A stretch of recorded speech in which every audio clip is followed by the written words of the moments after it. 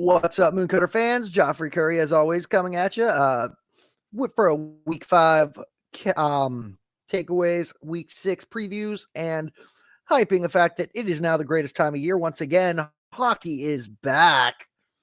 And tonight, speaking of back, we got a returning star to the show. What's going on, Adam? Hey, what's going on, Joffrey? How are you, sir? Sorry, I just got a tweet from Gina saying she was live, and I'm trying to find it on Twitter, and I can't find it. So sorry, that's what I was looking for. I wasn't ignoring you. I was just looking for something real quick. Gina did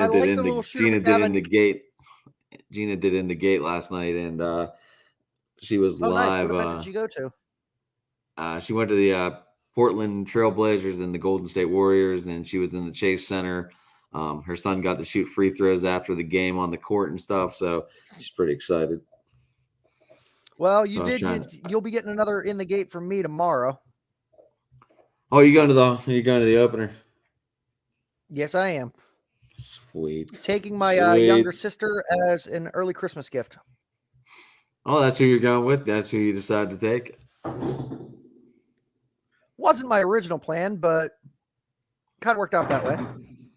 That's cool. Sometimes you just gotta do it, you know. I will say this much. Yes, I know I do not look like myself. That will be changing here. That will be coming back within the next few weeks. As soon as my face decides it wants to grow hair again. If you're wondering why I look the way I do tonight, it's because this past Sunday I had Firefighter 1, and unfortunately, since I had to wear a mask, SCBA air tank for class, it is mandatory that you are clean shaven. I hate it. But anyways, let's jump right into this past week's football because shit. I think you found Gina's video. Yeah, I did. I didn't know it was loud. A little bit. But let's jump right into this week's football. I will look at that later. Yeah, I was just calling it up. Give me a second. Hold on. All right, what are we starting with? Let's start with Thursday night. I will say this week, a lot of the games did not go the way a majority of people expected them to. Denver game on Monday night. This is ridiculous. Denver on primetime again? Yeah, Monday. Isn't this like the fourth? It's only the 6th week of the Chargers, season. Denver. It's only the 6th week of the season, and Denver's already getting like their 4th primetime game. What the hell?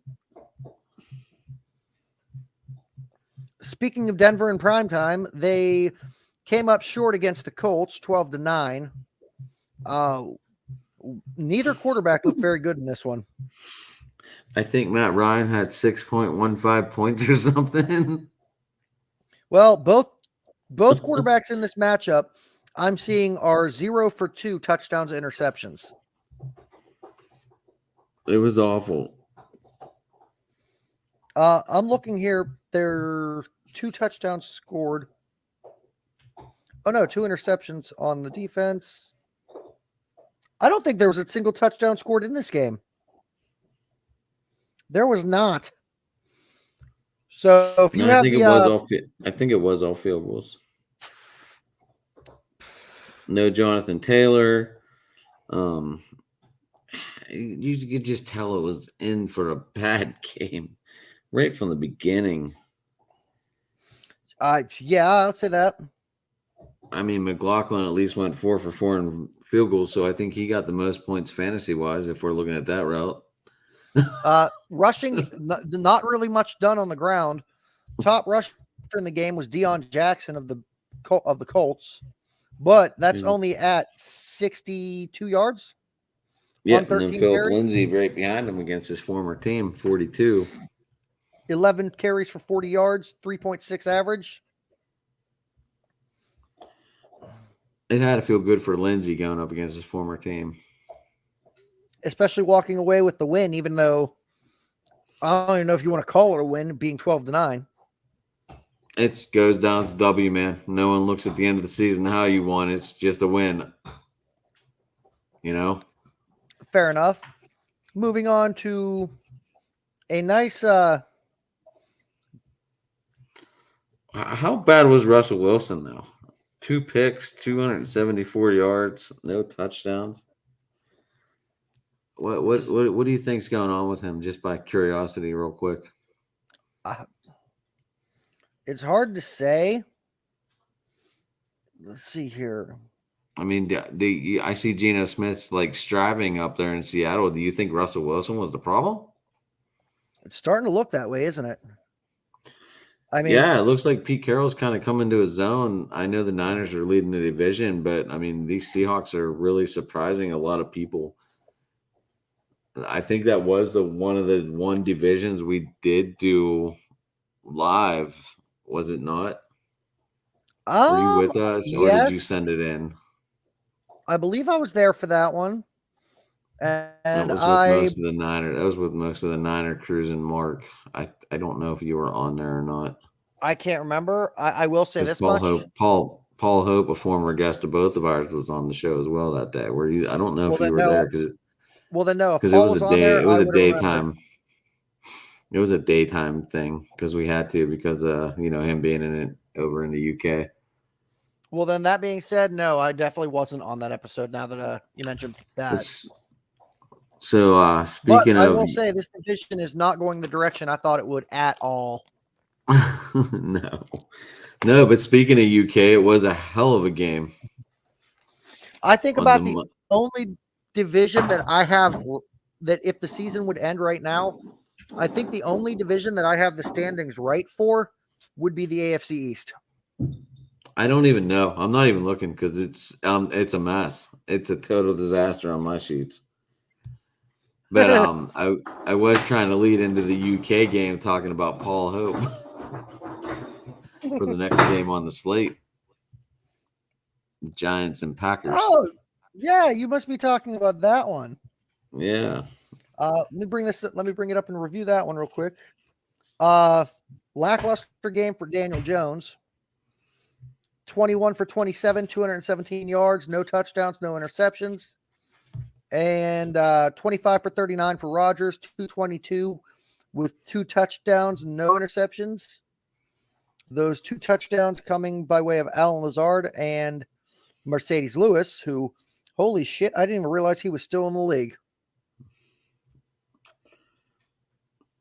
Yeah, he's still in the league. I mean, with Robert Tonyan, he gets thrown to the back wolves, but he's still there. He's still a huge target. He's still a big red zone threat, regardless. I think he's 6'4", 260, I think. I could be wrong. I could be way wrong, but I'm not sure. Let's look. Oh, he's 6'6", 276. Big guy. Oh, yeah. Speaking of, if anybody drafted him this year, it looks like Robert Tonyan is finally back to play.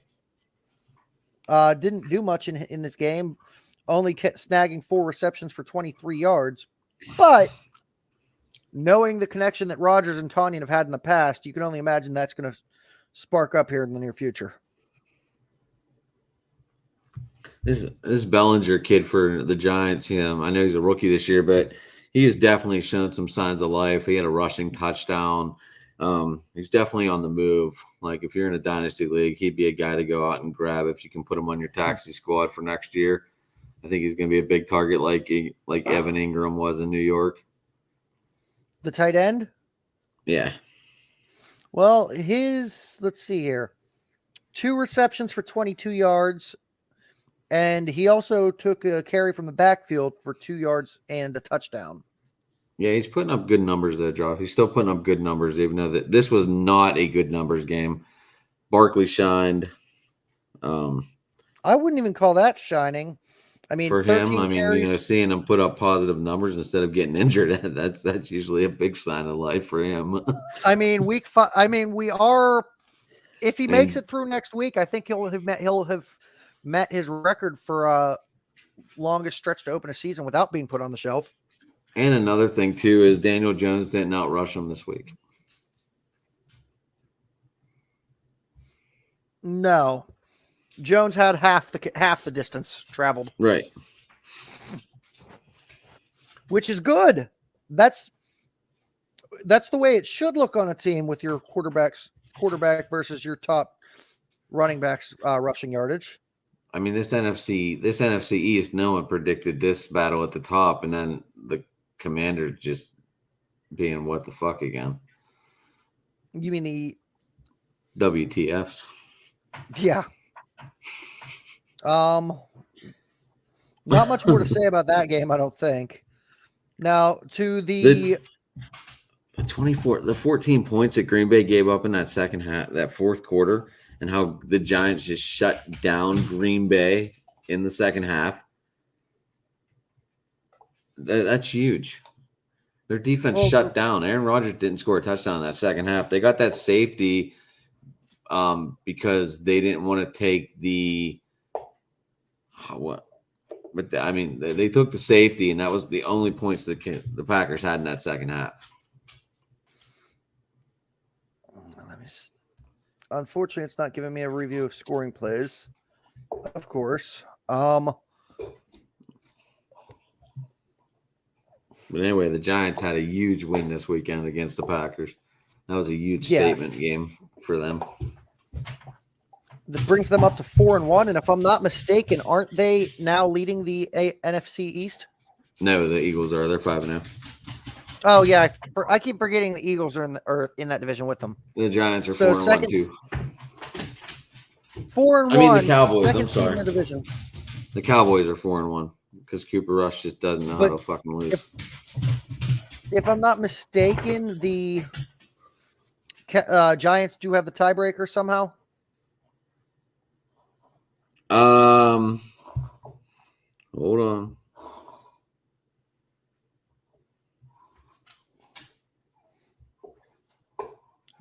on. No, the Cowboys have the tiebreaker. No, Cowboys beat them. Cowboys have the tiebreaker. So the Giants. That's why the Giants are above them in the standings right now. Gotcha. No. The Giants at 4-1 are still third place in their division. Yeah, because they lost the tiebreaker. And they got a really tough matchup this week, but it is at the Meadowlands against the Baltimore Ravens. I mean, going through in the NFC, just looking at the teams that I had pegged to take their divisions, I'm going to say right now, after 5 weeks, the only team in the NFC that's actually winning their division as of now that's I projected to be top seed in their division is the Buccaneers.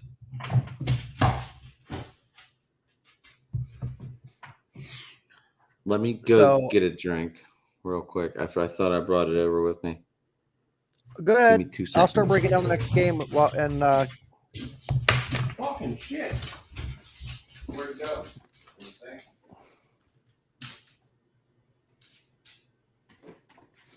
All right, moving on past the Giants-Packers, a game that definitely shows that Detroit's going to Detroit. The Lions putting up a big goose egg, going 0-20, putting up a big score of 0-29 Patriots. The 29-0 beating of the Detroit Lions. Yes, the taking the cat out to slaughter, shall we say? I mean, Jared Goff still put up decent numbers. 229. 229 through the air. No touchdowns, 1 interception thrown.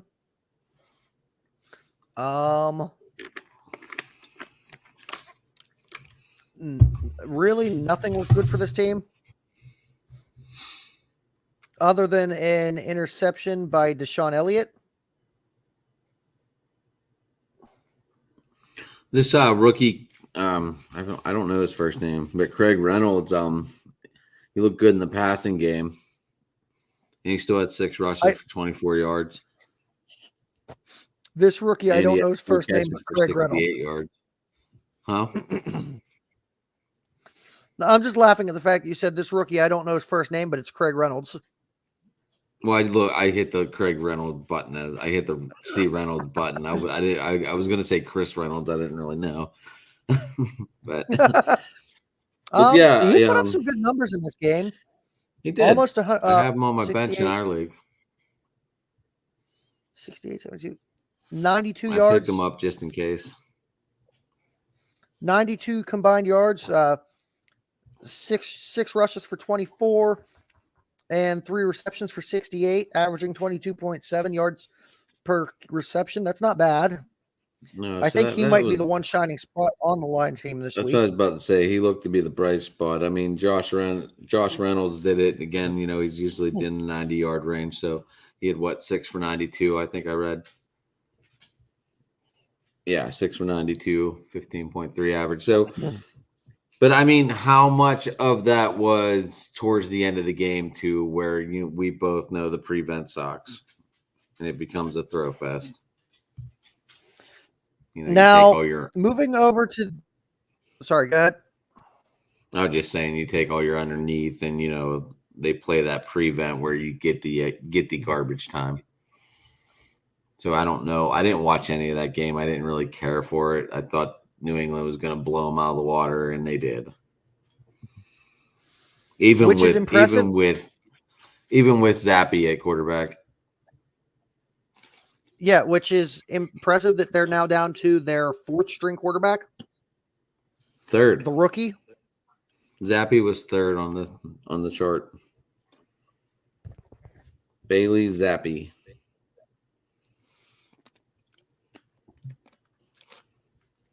I mean, I guess he didn't do bad. 188, 1 touch, 1 pick.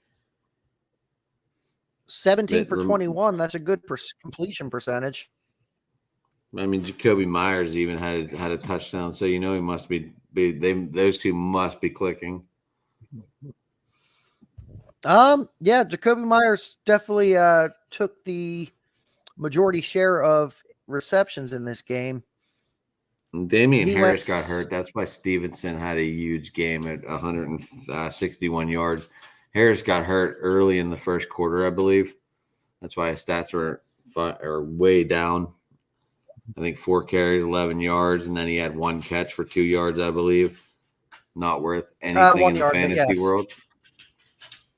And then if you had Stevenson on your bench, you're kicking yourself in the face like I am. Yeah, he would have netted you 25 points on the bench.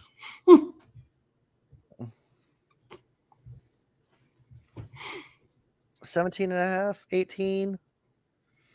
Looks like he would have got you 18 points. I thought it was like 25. I thought it was like 25 for some reason. But anyway, that's a lot of points to have on your bench. That is what I do now. Oh, it's all right. Thank God I was still the high scorer in the league for that one. But my dumbass left Gabe Davis on the bench this week in one of my leagues. Who? Gabriel Davis. Oh, yeah. Who put up 30. Who put up. Yeah, we didn't get there yet. We can save that for when we get there. Oh, no, them Steelers took us so long. Steelers, I think I don't even know if they showed up. Well, we got 3 more games to discuss before we get to that one. Because I'm just going down the list of what off of the NFL's what time the games ended. I'm assuming this is. This game was a burner. This game was a burner. If you're thinking the same one I am. Cleveland Chargers? Yep. Yes. That game that was way closer than it should have been. And I just got to look here because. Why? They played to the wire last year. Remember? It was 47-42 last year. Chargers won. Wound up being a thriller again. I mean, these two teams are well matched.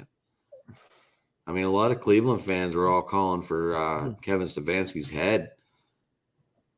Everyone was calling for Kevin Stefanski's head after this one. Apparently, I don't know what happened. I mean, I know they missed a field goal again to win the game, actually, I believe. They missed it wide left, or I think they missed it wide left.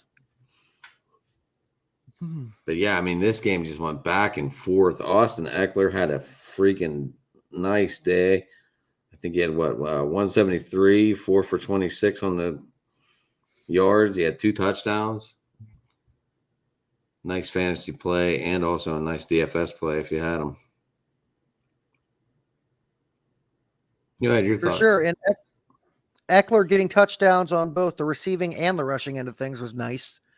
He Yeah, definitely helped me out. He definitely helped You me have get the Eckler big- on it. You big have gun Eckler in in- our league, huh? No. In I our thought you league, did. I have Fournette and Chubb. No, I have Eckler in my other league. But Herbert, But this 22 for was 34, 228, 8 and 1 touchdown. And honestly, I'm leaning more and more towards saying this every week. I mean, I've been saying it. I know I said it last time we've just last 2 weeks ago with Deontay. on your show, I believe. And I think I said it. I On also my discussed show? it with Dante. Yes, but if I'm freaking, even though everybody hates him and wants him fucking gone right now, if I'm Stefanski, looking at the production he's been getting from this guy, I don't give a shit how much they're paying Deshaun Watson. He's only getting $1 million this Jacoby year. Brissett, if Jacoby Brissett continues playing the way he's been, that's your starter for the year. Don't change it. But they're not We all winning. know. I mean, 2 and 3, and every game has been competitive. Every game might have been competitive, but it's not winning. I mean, they lost to the Falcons, who should have beat the Buccaneers, but we'll talk about that bullshit later. I'm sure you agree with me on that. Yeah, you talking about The dance call? the Grady Hold on to the Barrett ball and get tackle? sacked and get roughing the passer somehow? Oh, yeah, no, that was not. I watched that replay multiple times. I want to know what those referees were on. The referee that threw that flag was on at that time, because there's no way in hell that you can call that anything but a clean sack. And you're right. The Browns have been in every game. The Browns beat the Panthers 26-24. The Jets came back and beat them, but you know that 31-30. I mean, the only game they really won pretty much single-handedly was against the Steelers, and then they lost by 3 to the Falcons, and then they lost by 2 to the Chargers. So these Browns have been in every game, like you said. I didn't really click on Brissett's numbers or nothing, so I really didn't get into that, but we can real quick. Well, just this game alone, 21 for 34, 230, 1 and 1. He's over 1,000 on the year with 5 touchdowns and 3 picks, 85.4% completion rate. Or rating. Those are damn good numbers. I don't know where he stands in the season though.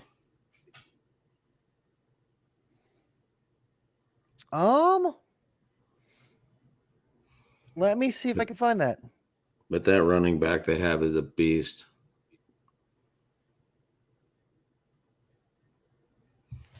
Nick Chubb is a beast. Oh, yes. That's the running back that I have in our league. They ran for close to 200 yards as a team with 3 touchdowns.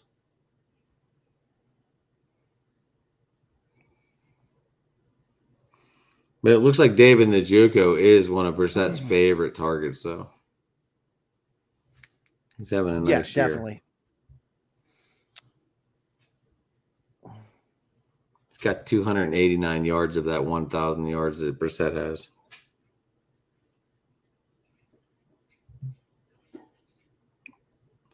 And Bill Belichick today went on record saying that Njoku is compared to almost like Ozzie Newsome, their tight end from the past. That's a huge compliment. Belichick never compliments much of other teams, but that was big. I don't know if you caught that or not. Okay, so looking at the current Are you even listening? quarterback Yeah, you're saying he's being compared to Ozzie Smith Ozzie Newsome. or Ozzie Newsome. Yes. I Sorry, gotta I was check. too busy. I was too busy trying to wrap my head around the fact that even with 64% completion, 1060 passing yards, 6.6 yards per attempt, 5 passing touchdowns, 3 interceptions, adding in 112 rushing yards and a rushing touchdown, and having not fumbled the ball yet, Jacoby Brissett is still only ranked number 20 as far as quarterbacks go for the year. So as it stands.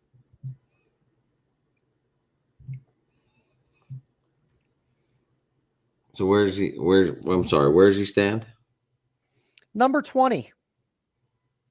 Well, Joe Flacco was number 5 last week before they pulled him against the Steelers. Flacco had 936 yards or something. Flacco wasn't and they pulled in him. that game at all. Not against the Steelers. Before that, leading up to that, Flacco had 934, 36 yards. And that was week 3. So, I mean, you're going to put another 200 and 200. So, most of these guys should be around 1,300 right now. Is that about correct? Passing yards? Yeah. Let me see.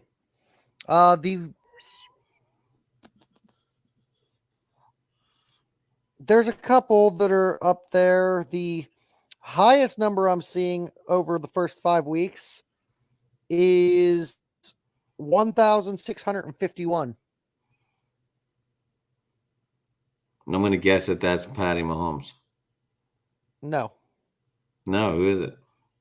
Mahomes is sitting at 1,398.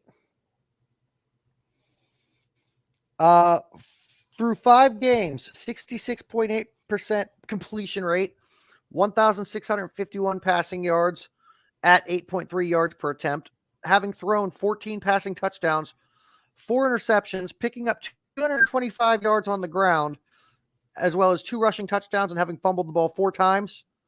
Ranked number 2, Josh Allen. Oh, yeah. Whenever you throw a 98 and a 62-yarder, that gets your numbers up real fast. Now, which I'm trying to figure out how he's not ranked number 1 looking at the stats between the two. Who's number 1? Because number one, they're ranking Mahomes.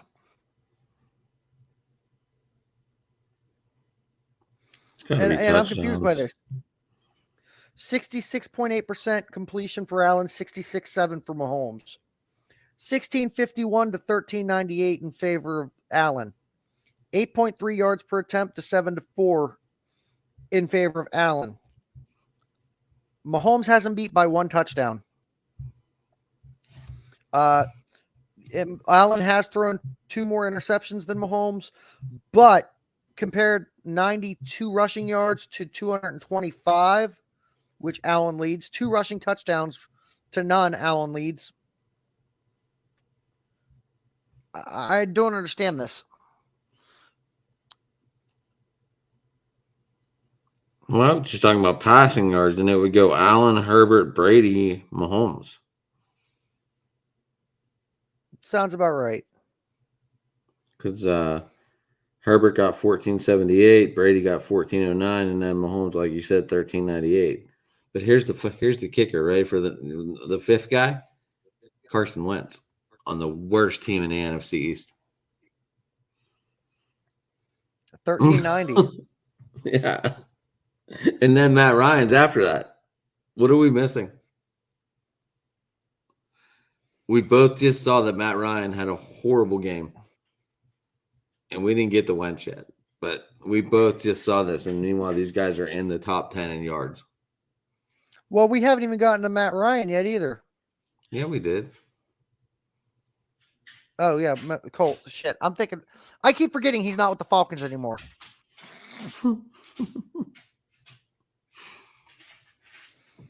But, like,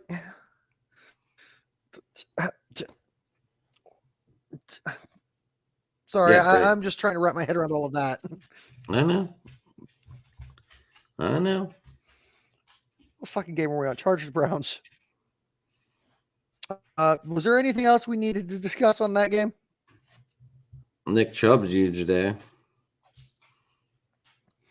Oh yeah, 170. 17 carries, 134 yards, The two averaging touchdowns is 7.9 what yards stands out per the most. carry. Because Eckler 2 outrushed him touchdowns. 173. But the 2 touchdowns was But huge. Go ahead. Oh yeah.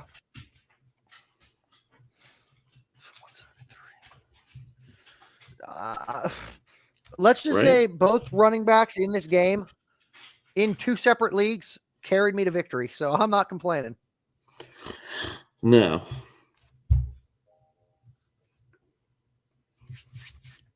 So out of the land of undefeated and out of the land of defeated, the Houston Texans. Well, I guess you're counting the tie. You're not. The tide is getting lost in translation there. It's still not a win. It's still technically not a win. But it's not technically a loss either. So they're still they're still defeated. They still don't have a win. Now they do.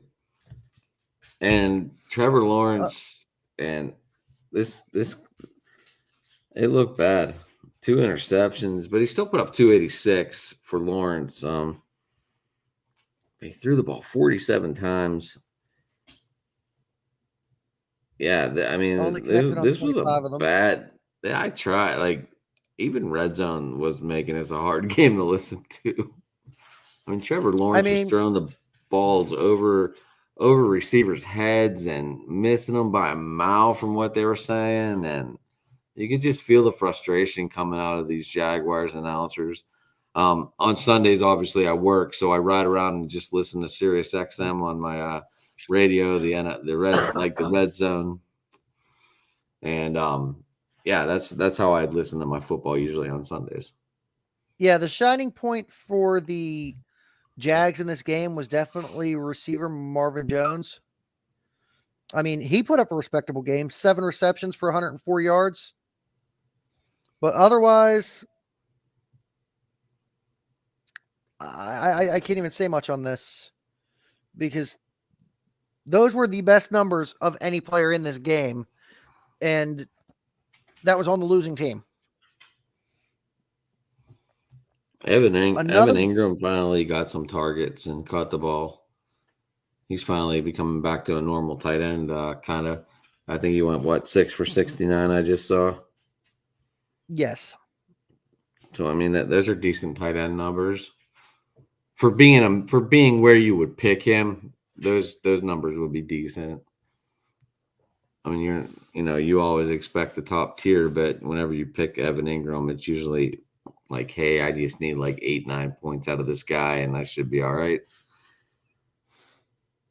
Yeah, it's not like you're drafting someone like Travis Kelce where you're expecting 17, 18 points a week.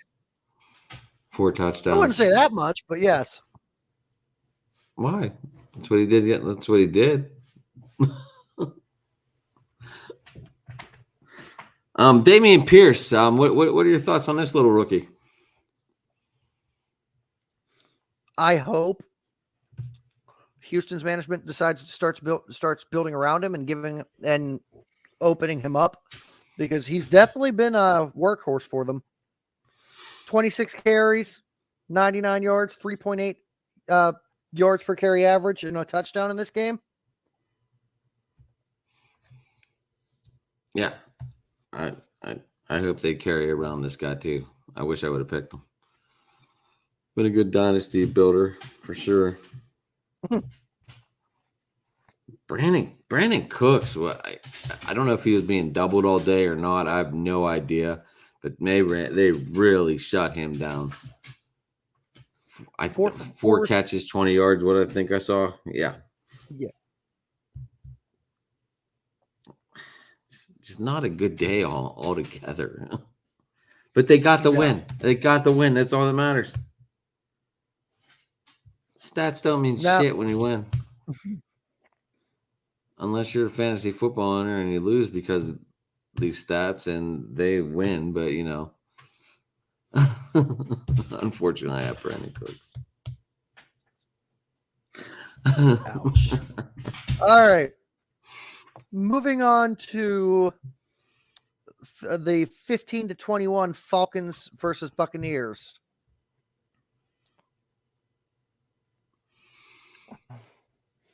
Brady, thank God Brady is finally starting to look like Brady.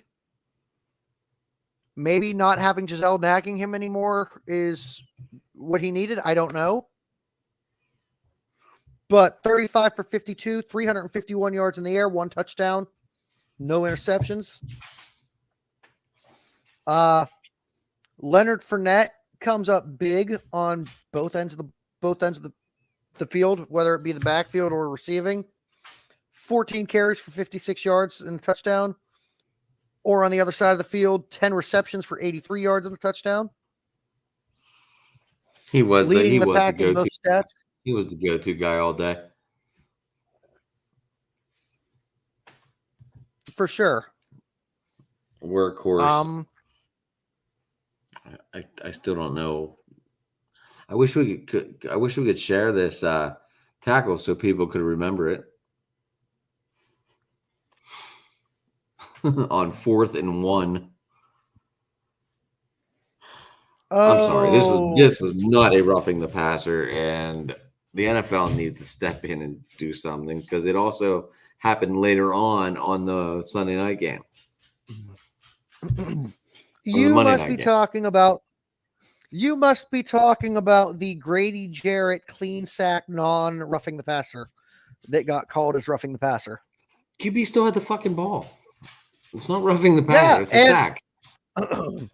And if you look at it, he freaking caught Brady and rolled to the ground and pulled Brady down on top of him. How the fuck is that roughing the passer? It's not like he picked him up and fucking gave him a German suplex. He should have at that point. I mean, fuck, if I'm going to get a 15-yard penalty for roughing the passer, fuck, at least make it worthwhile. Yeah, I don't know. It's just another Brady rule. I don't know how else to look at it. But I mean, I don't understand. Why not just put flags on these fucking quarterbacks if this is the way it's going to be? I mean, it's bad enough that they're already doing that for the fucking Pro Bowl. Yeah, I think this is going to be a nightmare.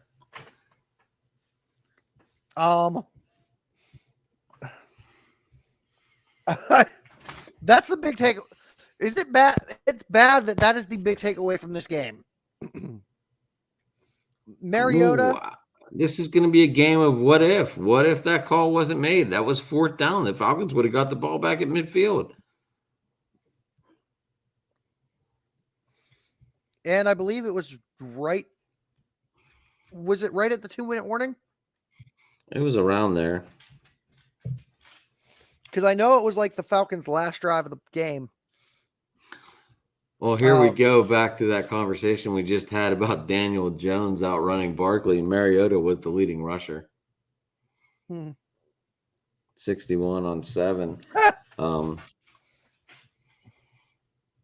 I mean, no Cordello Patterson. So, I mean, this team is going to be needing answers. Like I said on Bodkin's show, I was hoping for a Julio Jones and Russell Gage feast on their old team. That would have been funny. Yeah, unfortunately, it didn't really come out that way, did it? No, Gage had Julio 2 catches. Julio Jones didn't even address, I don't think. No. And Gage only managed to get 20 yards through the air. Yeah. So I was hoping for the rematch game, but, it didn't happen. The revenge game for letting them go, walk on free agency and all that shit. But, didn't happen, but the Buccaneers did hold off. Once again, we'll get a W as a W. Now, you had mentioned earlier how the Browns fans are pretty much calling for Kevin Stefanski's head. I think there's another coach out there right now that has even more fans calling for his head. They're finally And getting off that stupid R word. He's not a good coach. R word. Yeah, racist. Oh, Oh, you want him and fired because you want him fired because he's black. No, I want him fired because he's not good. I don't care. That's not the Pittsburgh mentality. This is not the Pittsburgh mentality. Fucking mediocre shit. If it wanted mediocre shit, I'd cheer for the Pirates hardcore just to be a 500 team. I mean, they praise this guy because he doesn't have any losing seasons, but look at how many of them have been at 500. It's a joke. We're the city of champions, but now we're the city of above 500. As I'm wearing an Indians hat. Guardians, you got to be politically Indians correct. Fan, so I mean, I don't know. I mean, at least the city's finally starting to wake up and realize, like, okay, something's wrong. Now, I will say this much: Kenny Pickett did throw out a lot of air yardage during his first official start. 34 for 52 with 327 air yards. Yeah. The downside comes with the fact that he threw zero touchdowns, 1 interception. Mm-hmm. George Pickens, 6 receptions for 83 yards. The most productive player on the team. Kenny Pickett, though, did sling the ball around, did throw it, though, on multiple targets. He had a good first start. It wasn't what we wanted, but you know what? He still put up 327 against a really good defense, and I know that the prevent and the cupcake defense was there in that late second half, but still, it's good numbers for the day. Not going to complain on that front. As I said, me, who's the diehard Jets fan, and the Steelers are my most hated team in the league. But I will say, I see a lot of potential in this rookie. So do I. Really excited about James Cook finally getting a touchdown. I thought he was going to be the starter for this team by week 4. Obviously, I'm wrong because Singletary's still the number 1 guy. But James Cook starting to look a little bit alive. And I did not even realize that he was actually Dalvin Cook's younger brother. Yeah. I mean, there's some good pedigree in that. There's some good pedigree in that blood for sure. Yeah, I just hope it's not the injury prone. You know, I was listening to Madden for a little bit while I was driving around the other day, and apparently the Watt brothers got injured at the same age with almost the same injury. So does that mean we got a couple more years before the youngest gets the same thing? TJ's got who? Derek? I'm talking about the defensive guys, JJ and TJ. They're at the same age whenever Watt had a torn pec at the same age as TJ now. Now, you want to talk that's Hi, Phoenix.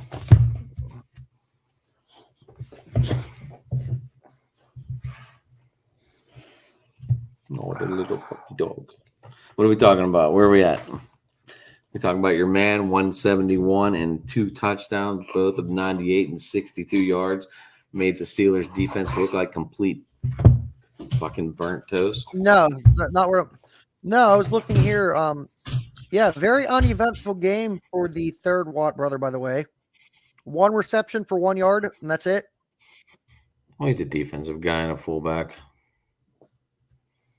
Yeah, that's what you're going to call it. Now, I was going to look here. Moving to the other side of the field here, the Bills, 38 points. Josh Allen balling out, showing once again that he is like the top dog when it comes to quarterbacks in this league right now. 20 for 31 with 424 air yards, 4 touchdowns, 1 interception. Gabe Davis, who I'm still kicking myself so bad for benching this week. 3 receptions, which doesn't sound like much, but on those 3 receptions, he damn near covered the length of the field twice. 171 yards, a 57-yard per reception average, and 2 touchdowns. I can't believe you left that kind of shit on your bench. Well, he's not been putting up that much the past few weeks, the first 4 weeks. Stephon Diggs definitely got the majority share of targets in this game.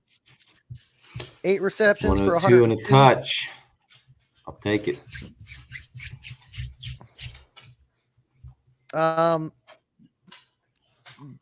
The rushing yards. This is not a rushing team. No. The lead running back on this team only got 6 receptions for 42 yards, which was actually tied by the quarterback with 5 rushes. Well, the only rushing touchdown when you're playing man out there and you're doubling on Diggs, that leaves Josh Allen wide open to run the damn ball. You're not wrong. And he made a couple third down runs in this game that went for, I think one went for 18. I did listen a little bit. I know one went for 18 on a third down and he got a first down out of it. So yeah, Josh Allen's a really great quarterback. So now, moving on from one lopsided game to the next. Jets 40 over Dolphins 17. My only complaint about that fourth quarter, these Jets in the fourth quarter, whatever Shayla or what's your coach's name? Saleh. He must be like working fourth quarter magic in practice, like running these guys to death, and then they're like fourth quarter, and that's like for real. Like, look at all this team. Look at how many points they put up in the fourth quarter. Let's view this real quick. Well, 21 in this game, 14 last week. Right. And then they put up 17 against the Browns, right? Well, I know they put up Bengals. They got smacked. I know they put up at least 14 in the fourth quarter against the Browns. Yes, because 17. That 17 against the Browns.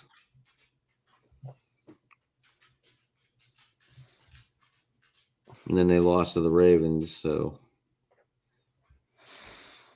yeah, I mean, these whatever he's doing something right. And it's not, and you can't just say it's another situation of Tebow mania either with the fourth quarter balling, because this is coming from 2 different quarterbacks with the Jets. Flacco in the first 3 weeks and Wilson in the last 2. Which maybe there is something brewing in New York this year. They got the Giants and the Jets, and they're both looking good. But once again, you're in the Bills. You're in the Bills' shadow. Don't get me wrong, the Patriots are still there too, but the Bills are the main caster. Now, I will take a win as a win and definitely enjoy that. But it feels almost shallow when you sit back and realize not only were we playing a Dolphins team without Tua Tagovailoa, but their second string, Teddy Bridgewater, also pretty much got ruled out of the game on the first snap. Skylar Thompson came in and I thought he played a pretty good game. Seemed like they kept it conservative on him. It was like 3-step, boom, get it out. They didn't let him do anything crazy. Well, maybe this week they will, because they just ruled him that he will be starting again this week. So maybe a week of practice with the number 1 team will help him out a lot. But I thought he came in and did all right. I mean, 166 and 1 pick. And they definitely put this game. Yeah, I was just getting ready to say that. They definitely put the majority of this game on Raheem Mostert's shoulders. 18 carries for 113 yards and a touchdown. Right. So, I mean, sometimes you got to go with that small ball. and with a rookie quarterback, no, I don't even know if anyone really heard of this guy unless you were a hardcore Dolphins fan or paid attention to where he went to school. I mean, I couldn't even tell you where he went to school. Can you? Without looking it up. See, you beat me then because that's what I was doing. And I it know, doesn't I even saw give you. you that right off the I top. saw the click. I saw the screen change off your off the reflection. Kansas State Wildcat. Okay, so if you really paid attention to college football last year, then you would know that Skylar Thompson was a Kentucky Wildcat. I did not. Obviously, I didn't know till probably 5 seconds ago. But now, but my thing with the Jets here is, for as much hype as we're giving him, Zach Wilson has still yet, even though he's won both starts, has yet to throw a touchdown.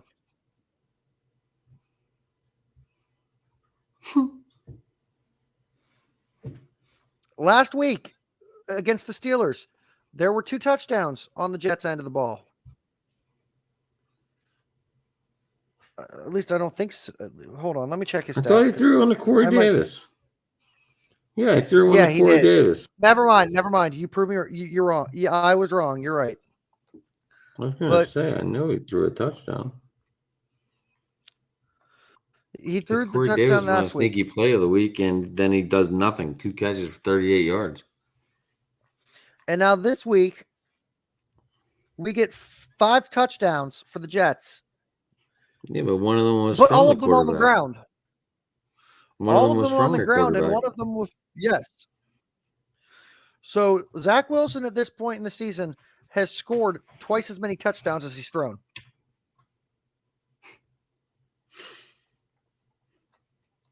But Breece Hall on my bench. Let me repeat that. Breece Hall was on my bench. With a lot of points. A lot of points on my bench, boy. 18 carries, 97 yards, and a touchdown. And on the receiving end of the ball, 2 receptions for 100 yards. He had that nice one for 71 yards. That somehow wasn't a touchdown. I didn't see it. I just heard it. Like I said, I was working, so all I got to do is listen on XM. And let me guess, as soon as you heard that, you were using quite colorful language in your car. In the league I have him in, I was 0-4, and I just hit the 0-5 land. So I was just like, whatever at this point. So I'm gonna be wearing the little worst fantasy football team probably next year. We got like the bachelorette thing that we got to wear during the draft. The little thing that says worst fantasy football team last year. So yeah, I will probably have that on. Aren't you glad that I don't do that dumb shit in my league? Well, we just started this, and the kids weren't it 2 years in a row, so I'm sure he's anxious to get rid of the damn thing. All right. So I could sit here and talk about the Jets all night. But I know it would drive you nuts. So we're going to move on. It don't bother me. By doing my show the way I do it, I kind of grow into liking the teams. So I know enough now to talk about them. And then I know if I need to talk to somebody, I have people I can talk to. So it's kind of nice. Like, it doesn't bother me at all. But I didn't hear Justin's Twitter Spaces this week, so I thought that was weird. What, the Monday morning kickoff? I didn't hear the Jets Lounge unless they moved it to Tuesday, because I didn't see it on Monday like normal. Oh no, they did it on Monday. I just I didn't get it to tune in because I was. I didn't even get an update on it this time. I just got this phone though, so like maybe it's not fully coordinated yet, but it should be. All right, moving down to Chicago. This next game, Minnesota Joffrey, 29. I thought should have been a blowout. The fuck are you doing? Who the fuck wants to see your crotch? Sorry. That was What the not what I was trying to fuck? do. Anyway, this next game I thought should have been a blowout. I really did. Maybe the Vikings were a little Viking lagged by letting this freaking team come back and hang in there.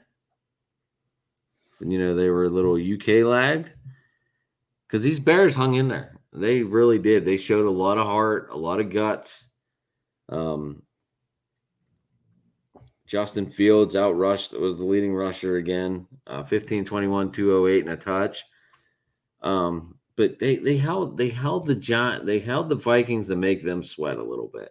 I didn't think they were going to do that, but they really showed a lot of guts. See, this is the one game. This is the one game that I knew nothing about before freaking coming into this. So I'm just going to let you talk this one up. Well, the Vikings got the win in England the week before on the double doink off the crossbar. The Saints were going for that 61-yarder to tie it. Okay. Instead of going for the Hail Mary, and Lutz hit the double uprights. So the Vikings were coming back on a jet lag, and they had the Bears, which usually we thought it was funny because usually after you go to England, you usually get the bye week because you're overseas, still adjusting the times and shit. And this year they didn't do it. So, I mean, so the Bears, they hung in there. That was good. I didn't get any fucking fantasy points out of Khalil Herbert, but anyway, my loss. Yeah, I'm doing horrible in my Yahoo leagues, both of them. But Dalvin Cook, big bright spot.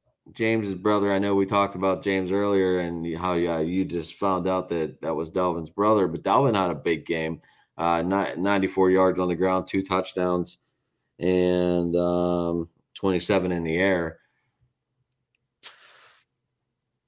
But Irving Smith Jr. is looking like a nice target for Kirk Cousins as of late.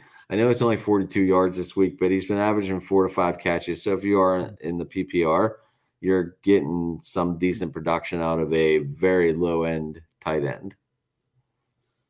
Which sucks because I actually just dropped him in my one league. Was it a PPR? Because he's getting catches, he's just not getting in the end zone. Yes, but the problem is he was never going to see a game spot in that league anyways, because I also have Mark Andrews in that league. Oh yeah, you don't really need him, but he's good backup for a bye week if you need like 8 points, whatever. So he's been averaging. But yeah, Justin Jefferson, go ahead. When Baltimore gets their bye week, I'm just going to stream tight end. That's fine. But Justin Jefferson again, back on fire.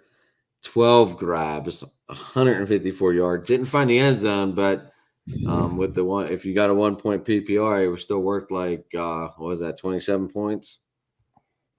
Not a bad week for Justin Jefferson. And he threw a pass for 23 yards, but he probably might not get any points depending on how your point system is. Unless you do incremental scoring, yes. If it goes 1 for 25, then you did not get any points. But if you, I think ours are what, 0.04, whatever.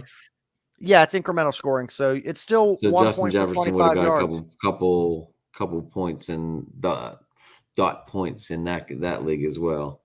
Yeah, it's still 1 point for every 25 passing yards, but it's broken down to, instead of being 1 for 25, it's 0.04 each passing yard. So we switched that from last year because the first year of the league and we already had a freaking tie that cost both teams the playoffs. What a shame. Had we done incremental scoring last year, one of the two teams that was involved in that tie, whoever would have won that would have made the playoffs. So we switched it this year to avoid that happening again. So why don't we talk about that number 5 quarterback in yards next for the Commanders? We were getting to it. That's the next game on the list. Or wait. Oh yeah, I'm looking at next week's. Whoops. because Carson Wentz had a nice yardage day. Almost brought his team back from.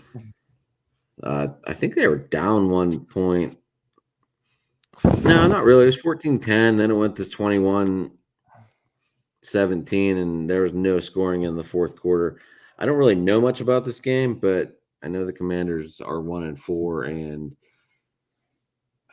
I really like it was Brian Robinson's. Brian, was that what it is? Robinson's first game back after being clipped with a shot. They had a standing ovation for him. Very nice welcoming into the game. You know, they introduced people. Did he actually play in this game though? Yeah. Oh, there he is. Had 9 rushes, 22 yards. Okay, I see it. But Denami Brown, if I butcher his name, I'll say it on every show. I butcher names. I'm bad at it. But this D Brown guy, 2 catches, 105 yards, and 2 touchdowns. He was definitely Carson Wentz's number 1 gun this week. Which is surprising because the most Curtis Samuel with 6 receptions, Terry McLaurin and J.D. McKissick with 5 receptions each. But the Antonio Denami Gibson Brown was and just breaking away. John Bates with 3 receptions each. De'Ami Brown only got 2 receptions, but he definitely made them count the most. And with only getting catching the ball twice, led the team in receiving yards for this game. Talk about a weird stat line to have. Was Dotson hurt? He had to have been. I don't even see his name on the stat sheet at all. No, he's not listed. So I'm assuming he was a scratch. Yes. I don't have him on in my fantasy team, so it's hard to follow sometimes if you don't have these guys on your fantasy team. The other stat line that out there, folks. The other stat line to look at here that's blowing my mind. Carson Wentz, 25 for 38, 359 yards in the air, 2 touchdowns. And an interception. Versus Tannehill, 15 for 25, 181 and 1 touchdown.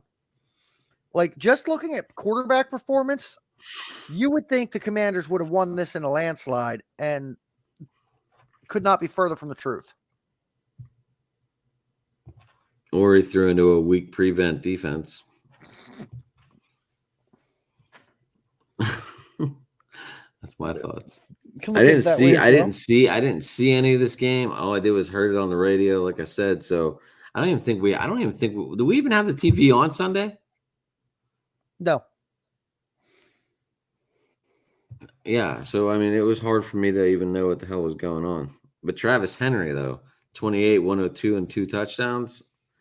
Finally putting up good numbers. Looks like he's fully healthy after the ACL.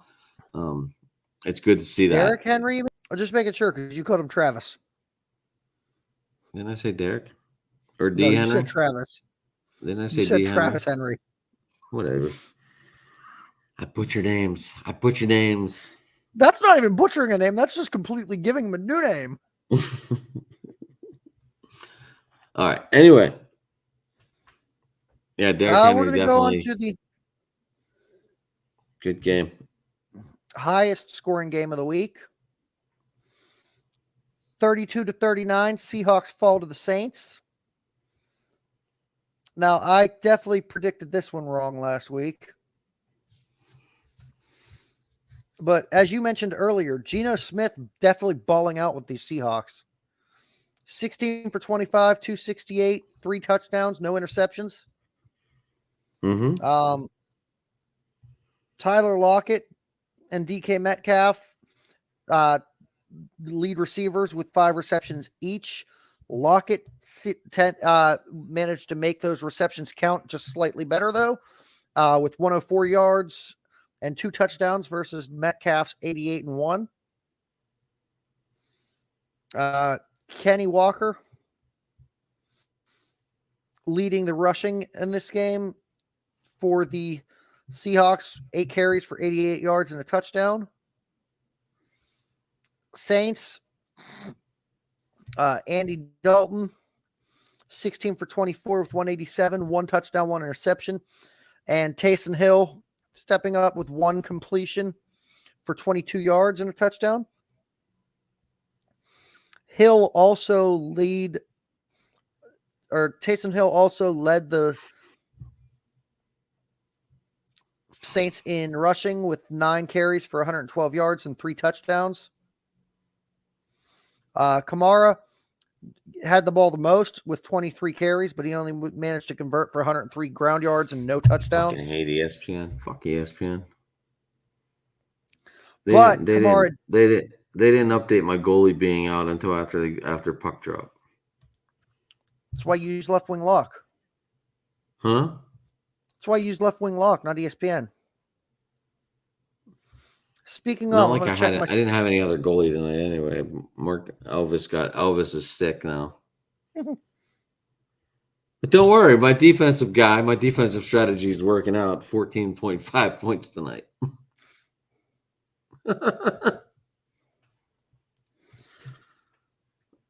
Sorry, I went and seen if Kenneth Walker, if anyone picked him up in our league.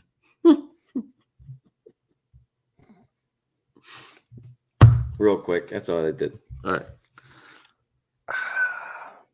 Well, right now it looks like my best player for fantasy is going to be a toss-up between Patrice Bergeron and Martin Ferret. You went and looked. You went and looked too. Yeah, because I woke up this morning down by 75 points. Oh, yeah. And there's only 4 games yesterday. But Taysom Hill, 3 touchdowns on 9 carries for 112 yards. That's insane. How do you explain this? Now, I know he had what? In as 1 for a 62 back? though, right? He did break one, right? Yes. Now, was he in as a running back? He was. He's lined up everywhere. He even threw the ball. He was 1 for 1 for 22 yards and a touchdown. So he had 4 touchdowns on the day. But I'm wondering, were they using him as a direct snap wildcat, or were they actually having Dalton hand the ball off to him? It was more wildcat. Okay, that makes sense then. But I mean, it was just something you didn't expect. No. I will say for that this, if I'm not mistaken, in years past, Taysom Hill was listed as a quarterback for your fantasy drafts. This year, he's strictly listed in our league. He was strictly listed as a tight end.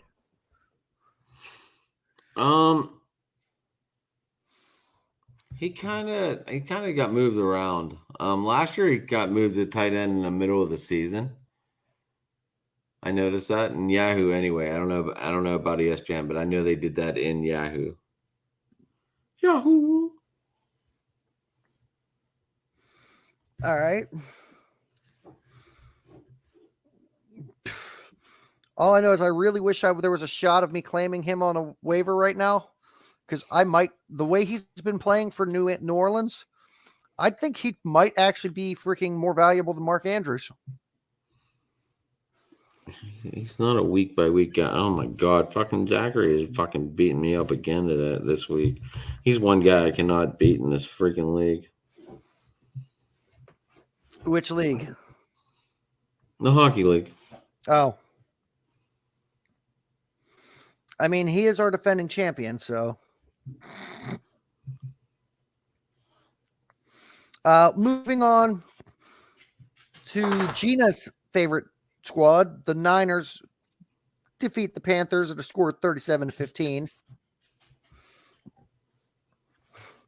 Jimmy G, 18 for 30, 253, and 2 touchdowns. Jeff Wilson leading the rushing with 17 carries for 120 yards and a touchdown. Tevin Coleman, 8 carries, 23 yards and a touchdown. Brandon Ayuk leads the receiving with 3 catches for 58 yards. Tevin Coleman scoring on both ends of the ball because he also caught three balls for 44 yards and a touchdown. Deebo Samuel, fairly quiet only getting 2 catches for 20 yards, but he got himself a touchdown off one of them. Do you think Garoppolo is going to break 3 touchdowns this year? In a single game? Yeah. This seems to be a big question on Gina's show. Let me look at the rest of their schedule. I think he's going to do it. Yes, I think it happens next week. In Mexico? Against the Chiefs? That's going to be a freaking aerial affair. And they play the Falcons next week. Oh, sorry. Then I think it happens in 2 weeks. My bad. Yeah, because the Niners didn't come home. They just stayed on the East Coast. They didn't fly home after the game. Too much jet time.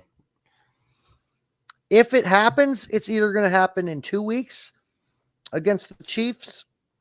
I think it happens next week against these Falcons. If not, then the only other game where I see it happening would be December 4th against the Dolphins. Because by that point, Tua should be healthy again.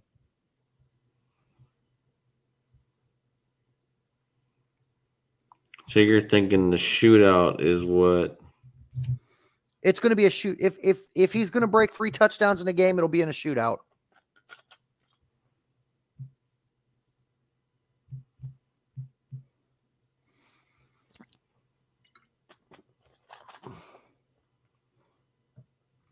Depending on it could happen in 3 weeks as well, or 4 weeks, depending on what LA teams show up to play. Like if the Rams get their defensive woes to get eked out by Devil's Night, we could see it on October 30th. And then after that, give Jimmy G 2 weeks of straight practice with his receiving core. We might see it against the Chargers on November 13th.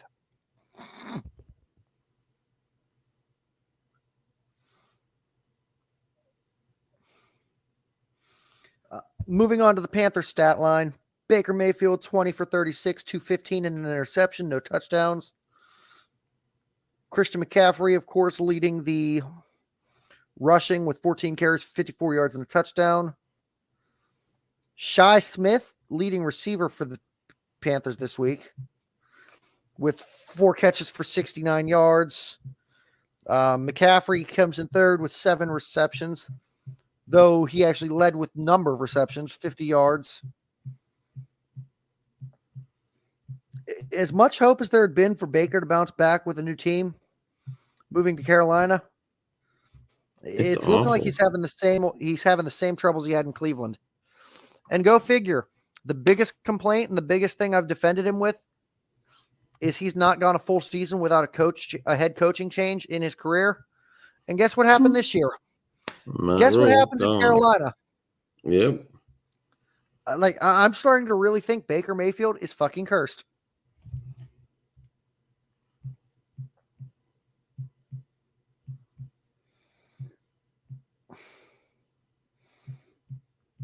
It's bad. It's real bad. Yeah, I just don't understand it. But I mean, a guy after 5 games gets tossed. I mean, he's 1-4. I didn't see the Commanders coach getting fired after 1-4. I don't see Tomlin getting fired after going 1-4. He should, They're not going to. They're still. They're still living on this dream that we won a Super Bowl with them. All right. Moving on to Eagles and Cardinals, 20-17. Philly goes 5-0. This ended up being a really good game for the 4:00 game. Did you get to listen to it while you were at work or no? No. I was at Fire Class, and I believe I came home from that and went to sleep and went to bed for a few hours. Or no, I had the Fire Class and then the monthly meeting and then came home and napped for a couple hours because I had to work at the hotel overnight. But looking at the stat lines here, Jalen Hurts, 26 for 36, 239, no touchdowns, no interceptions. Led the team in rushing, though, with 15 carries, 61 yards, and 2 touchdowns. Miles Sanders was right behind him Quiet. with 15 carries and 58 yards, but didn't convert anything. Tight end is the leading receiver with Dallas Goedert, going 8 receptions for 95 yards.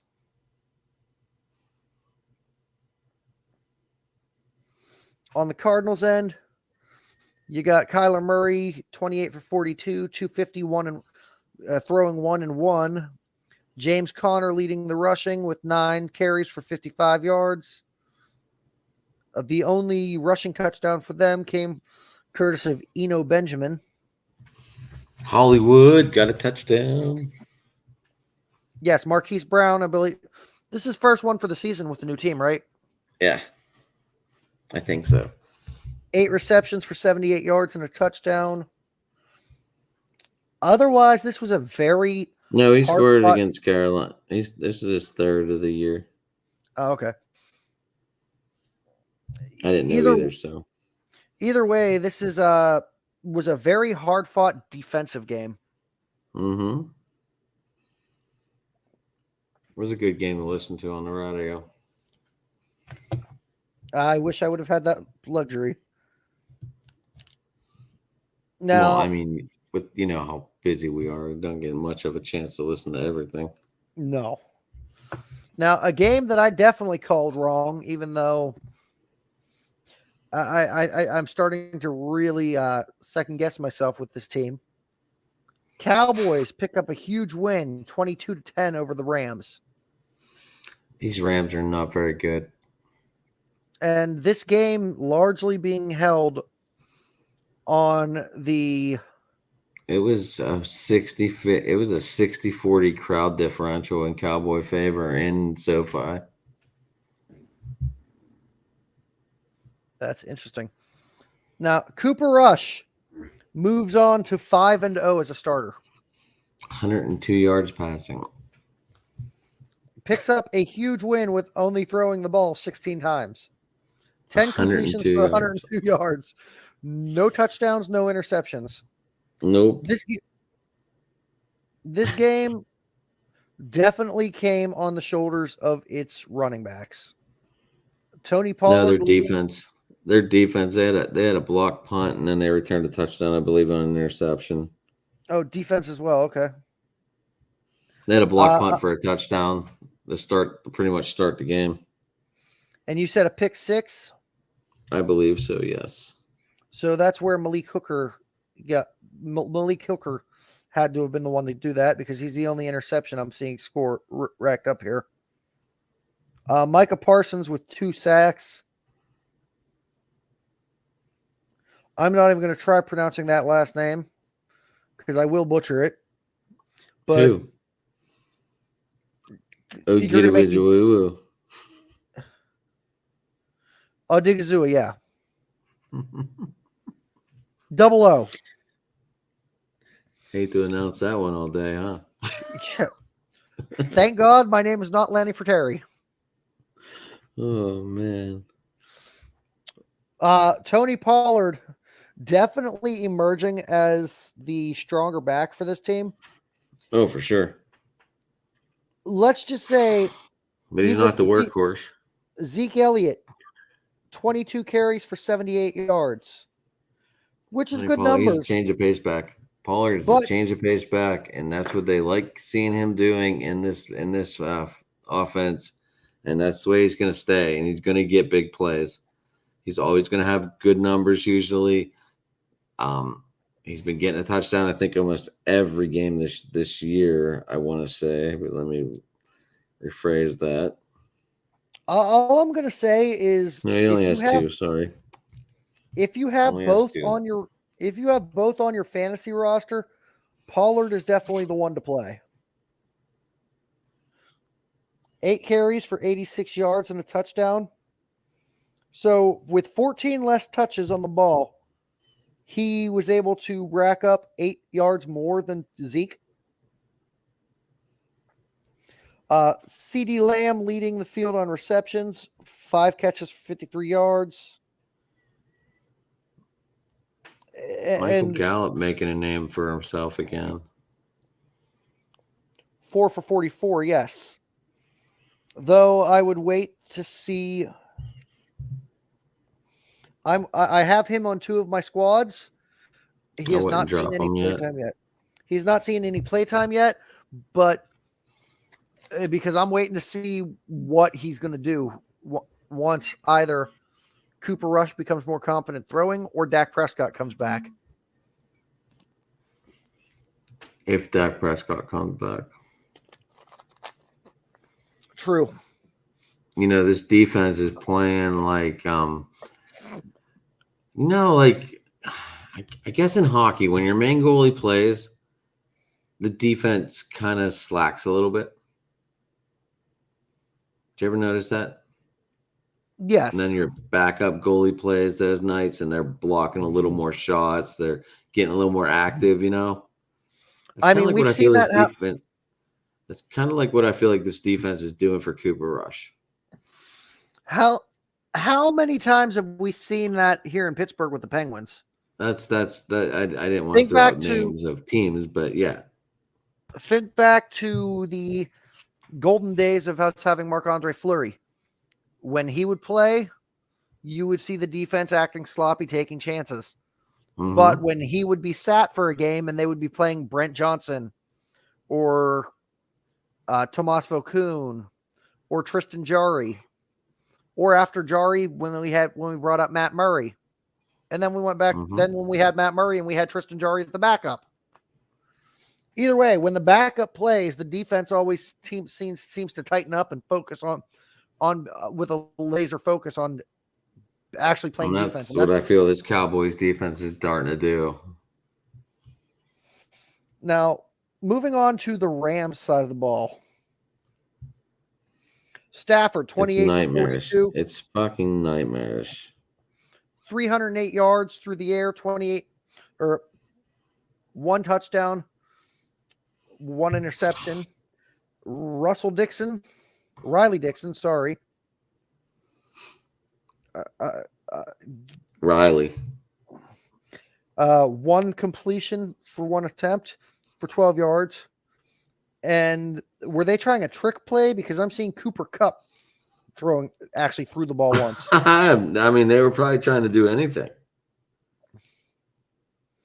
Not very much rushing done. I mean, obviously, when you can't run the ball and you're one-dimensional, I mean, when your leading rusher has 33 yards, that's not exactly a good run game. Cam Akers is not a good running game. No.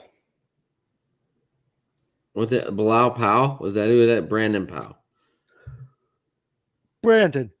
Didn't Bilal retire? I don't know. Wasn't he a Jet at one time? Yes. That was the only name that came to my mind when I saw B Powell. Yeah. And let me tell you, when we had Bilal Powell as our running back, it was confusing as fuck because his backup was Isaiah Crowell, both spelled damn near, that last name spelled damn near identical.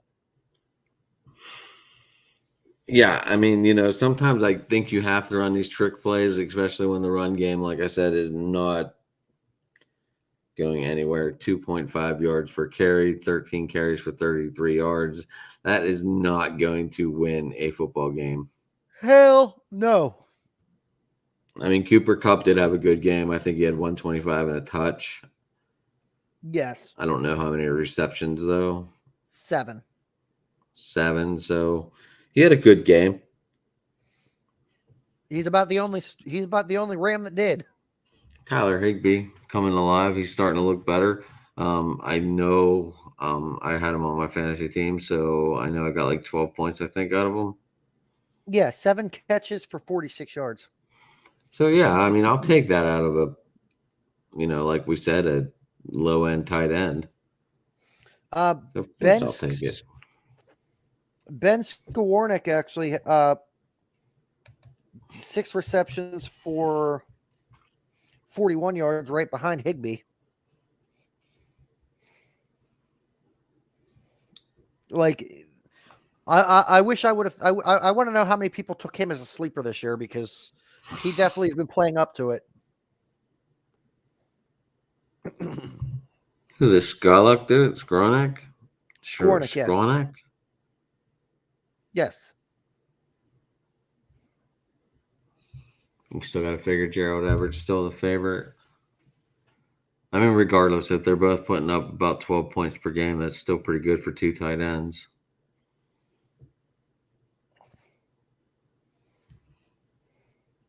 But I mean, these Skronek Rams. a tight end or is he a wide receiver? I don't know. Really didn't say. Said he was like over 225 pounds at 6'3", wide receiver. Sorry, I do not know these Rams. I just know they're not very good. The Super Bowl hangover is real with the Rams. All right, we got 2 more games to discuss here from last week before we get my bet the schedule for the week. Bengals 17, Ravens 19. A big AFC North matchup.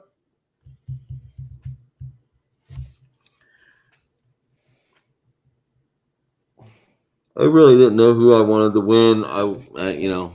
I don't know. I don't know who I really wanted to win. I mean, I'm glad the Ravens won for some unknown reason.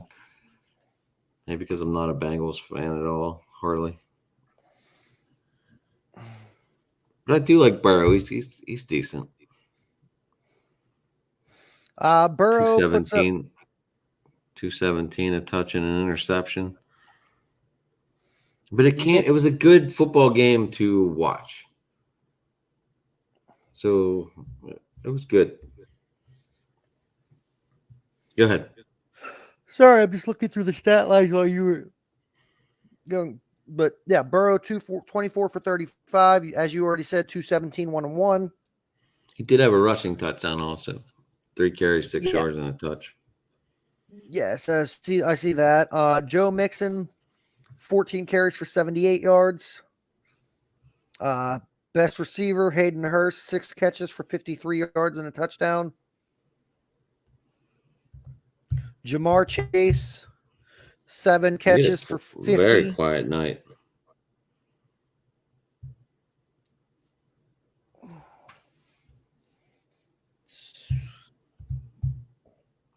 Definitely outdone by Samaje Perine. Something though, Joff, that a lot of teams haven't done yet, and that is shut down this Ravens offense from scoring a rushing touchdown. They did not have one in this game. Oh, that's an interesting catch. So that was something that caught my eye. I mean, once again, Lamar Jackson leading rusher. Yeah, that's something that I'm getting sick of. He only threw for 174 though, and a touch and an interception. He didn't have great numbers, but it got the job done. Lamar also leading with rushes and rushing yardage, 12 carries for 58 yards. Top running back would be J.K. Dobbins with 8 for 44. Receiving yards, Mark Andrews leads the pack.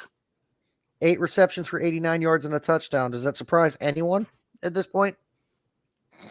No.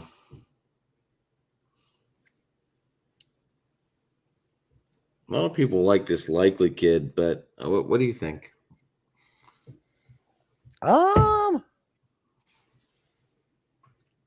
He's the rookie, right? Mm-hmm. He's definitely starting to show. He's definitely getting more. It looks like he's getting more attention in the offense, but I don't know. I think it's still too early to tell. Give him a few more weeks to see if he grows into the offense more. I just curious on your thoughts on it. I know Matt liked him a lot. I have no thoughts on him yet because I've not seen enough from him yet. You also probably don't follow the Ravens like he does. No. Matt who? Bearded. He was on the show with us. Or was Oh, the one week that I kept before? ragging on, saying he looked like Tormund Giantsbane? I don't know. Redhead?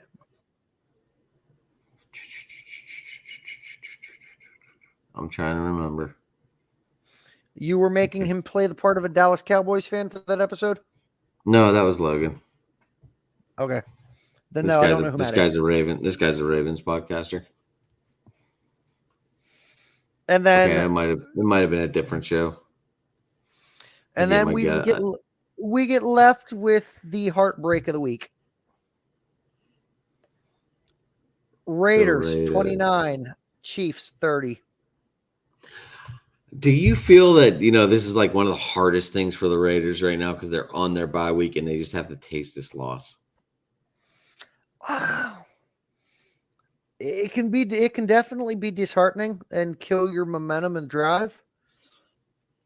And I'm sorry, with McDaniel as their coach, I can't see them using it properly as a ember to spark a flame to light a fire under their asses coming out of the bye. If they had kept Richie Bisaccia, I can definitely see them using him, twisting this and making it a motivation for them. But I don't have that much faith in McDaniel to do the same. Well, I can tell you, if you're a cameraman, stay the hell out of Adam's way. You didn't see that, did you? Devontae? Yeah. No, I did not. I was actually working the pizza shop this night. I saw the second half of the first quarter, and that's fucking it. Oh, well, Devontae Adams, a camera guy, jumped in front of him after the end of the game, and he just pushed him out of the way. Or no, sorry, I lied. I saw the second half of the second half of the first quarter and the first half of the second quarter, because I did get to see the Josh Jacobs touchdown.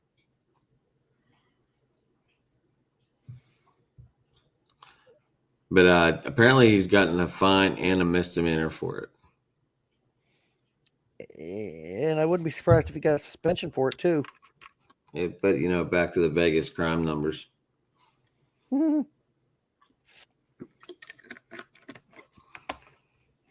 I mean, how many players off of their team got arrested last year? No, it's just Vegas in general. Alvin Kamara at the Pro Bowl, and then Henry Ruggs, and then who else was there? Well, Marshawn Lynch just got arrested, but I don't know if that was in Vegas or if it was in Oakland. That was a DUI, right? Did not check on that. Did not get that far into it. I thought it was something with a All I know DUI. is I saw. Let me look. You're usually the stats guy on top of this shit. Yeah, you also realize how much I've been working lately that I haven't had time to look at the shit. Tell me all about it. Marshawn Lynch, 15 hours ago, Marshawn Lynch joining Amazon's Thursday Night Football after DUI arrest. Okay. Guess we're going to see Marshawn Lynch on Thursday night. And then the next advertisement. From Yahoo Sports, their headline, Amazon hires Marshawn Lynch for NFL coverage team. Quote, we never walked away, unquote, after DUI arrest.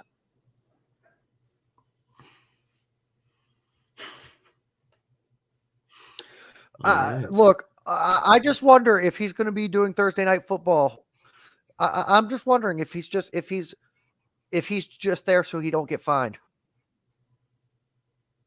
Maybe it's this community service. Like, look, we're just gonna sit here for 5 minutes and I'm just gonna play on my phone. Dude, can we talk about how hilarious that fucking Super Bowl press week was? That was great. Marshawn, we knew we weren't gonna get shit out of him, but he had to fucking go sit there and talk. He jokes about it. Anyways, back to the Raiders-Chiefs game. Derek Carr, 19 19 to 30, 241, and 2 touchdowns. Not bad. Rushing. Not bad. Rushing. No. Josh Jacobs, that he is still arguably the biggest workhorse running back in the league. 21 carries for 154 and a touchdown. I'll take it all day because he also had 5 receptions for 39 yards.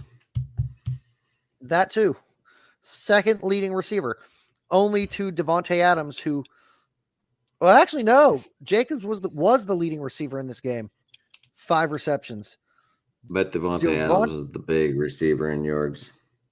Yes. 3 receptions for 124 and 2 touchdowns. Yeah. Hunter Renfrow finally starting to show some life.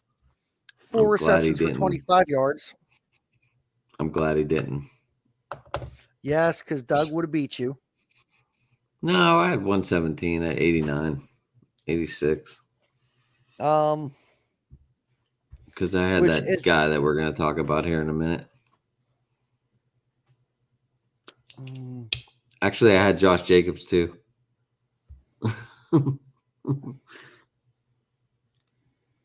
The guy that we're going to talk about here in a minute. Oh, so you had McCole Hardman. Excellent day. Big numbers. No, but moving on to the Chiefs side of the ball. Mahomes, I had Jacobs and they go 29 ahead. for 43, 292 passing yards, 4 touchdowns. Yeah, 28 rushing yards on the ground. 28 rushing yards, yes. Jerick McKinnon going 8 for 53 on rushing as the lead rusher there. No rushing touchdowns in this game. Another player that I benched this week, Marquise Valdes-Scantling, 6 receptions for 90 yards. Only to be definitely led the team in receiving yards, but the one to talk about, Travis Kelce, 7 receptions, and he only put up 25 receiving yards. But they all fucking counted because 4 receiving touchdowns. Yeah, I don't even know what to say. 4 touchdowns on 25 yards. Remember the one year the Bucs had 2 touchdowns on 2 yards?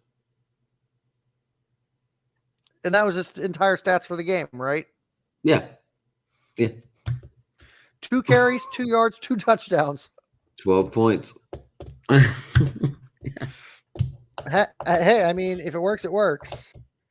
Now, we're going to let me get DraftKings up and put some money on it real quick because we're going to go through and bet the schedule. Something I've been doing every week on the show. Gotcha. I've kind of already made the fans a promise that if I ever go below 500, I will do the next episode with a bag on my head.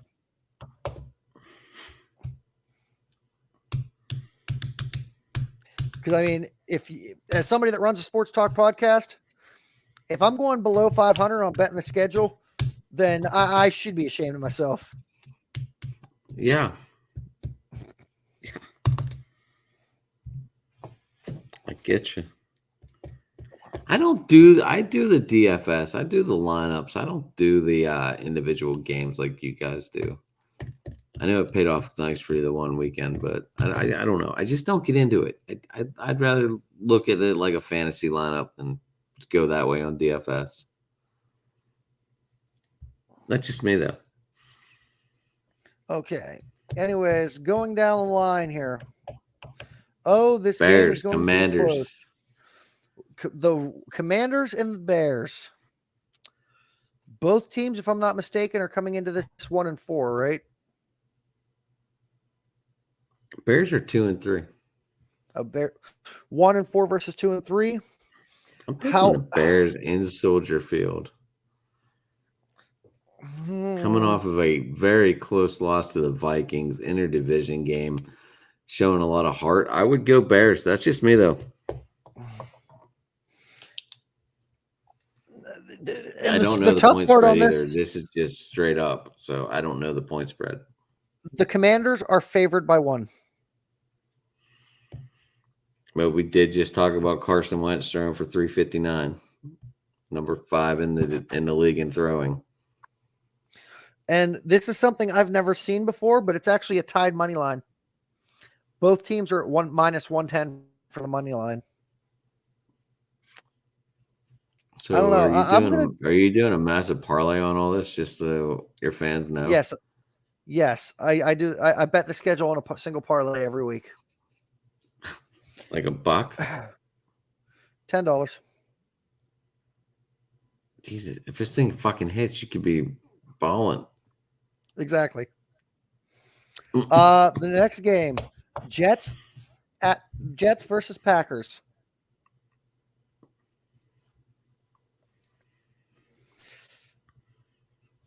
Do we have a different schedule up right now? Sorry, I was going in the order we were last time. Jets, Packers. Let's see. Both teams 3-2 Jets, 3-2 Packers. They're both even. These Packers have been playing some pissed off football after losing the heartbreaker to the Giants. But these Jets are fourth quarter heroics at Lambeau. I'm going Jets. Green Bay has to be favored though, right? By 7.5. I would definitely take Jets. Money line. I'm taking the Jets money line. Go for it. One, you already mentioned the fourth quarter heroics the Jets have been pulling off all year. Two, my big thing here, though, is this isn't the same Green Bay Packers that we're used to seeing over the years. Their defense is pretty poor compared to what we've used to, and it looks like it's a little bit more of a stretch for Aaron Rodgers to get things going with his squad. I think the Jets are starting to gel, and I think it's going to carry them through the rest of the year. Moving on, third game, Baltimore versus Giants. Ravens all day. Minnesota versus Miami. What's the money line? What's the line on that? On what? The Ravens and Giants? Yeah. It's Ravens -245, Giants +205. I kind of like the Giants at the Meadowlands, but that's just me. But it's the Ravens. These Ravens have been proven they can get beaten by the long ball. And then they have Saquon Barkley. Just saying. Just throwing that out there. Yeah, but it's week 6. This is about when Saquon gets out for the year. All right. So you're going Ravens. Yes. Minnesota at Miami. Now, if this would have been 2 weeks ago, I'd be going Miami all day. But now that they're missing Tua Tagovailoa, and they don't even have Teddy Bridgewater back them up, but they're going to be running the third string guy again, I'm actually going to bet on the Vikings. All right. Jacksonville at Indy. Too bad there's not a way to bet for a tie. I guess I'm going to have to put my faith in Matt Ryan and go Indianapolis. At Indy? At Indy.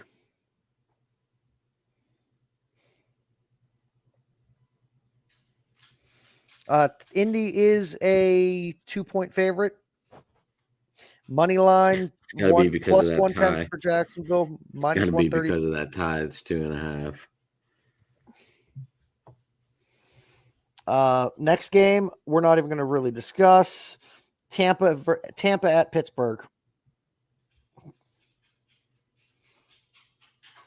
Well, since you can't touch Brady, you might as well just take the Bucks. That's pretty much it. A game that's going to be close. New England at Cleveland. I've been looking at this game for the last 3 hours. What, New England at Cleveland? Yeah, because I was hoping Tom and Andrew would have been doing a show on it, but I don't know what's going on with them guys. Cleveland, a 2.5-point favorite. Money line plus 120 for New England, minus 140 for Cleveland. I'm going with Cleveland. San Francisco Niners at Atlanta.